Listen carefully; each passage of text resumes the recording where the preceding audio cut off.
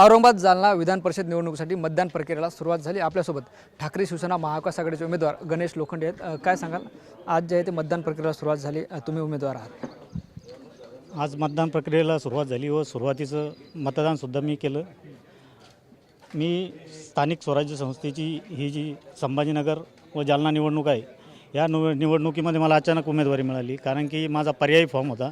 आमचा जो मुख्य उमेदवार होता त्यांनी काही कारणास्तव उमेदवारी पाठीमागे घेतली।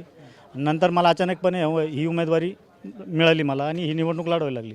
पण ह्या निवडणुकीमध्ये मी जेव्हा पूर्ण मतदारसंघामध्ये फिरलो तर मतदारांचा एकदम चांगला प्रतिसाद मला मिळाला।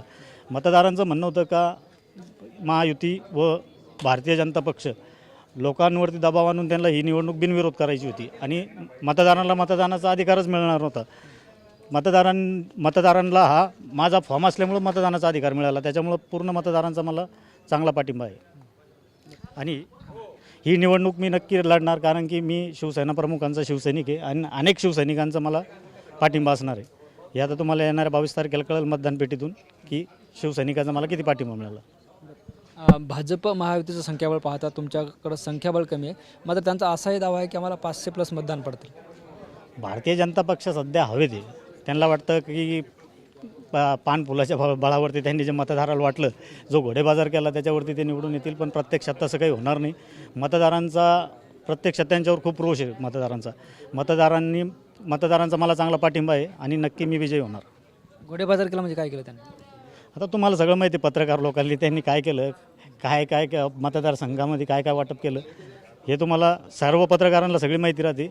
पण प्रत्यक्षात मतदारांना नाकारणार आहे, मतदार मलाच मतदान करणार आहे। त्यांनी विजयाचा दावा केला आहे, तुम्हाला सुद्धा विजयाचा विश्वास आहे?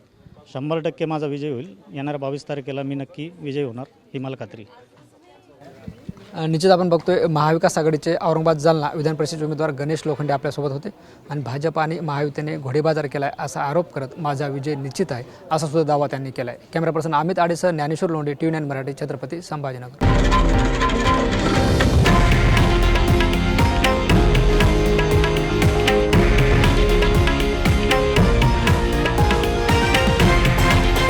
हे आहे देशातील नंबर 1 न्यूज नेटवर्क आणि आपण पाहत आहात TV9 मराठी, एकमेव।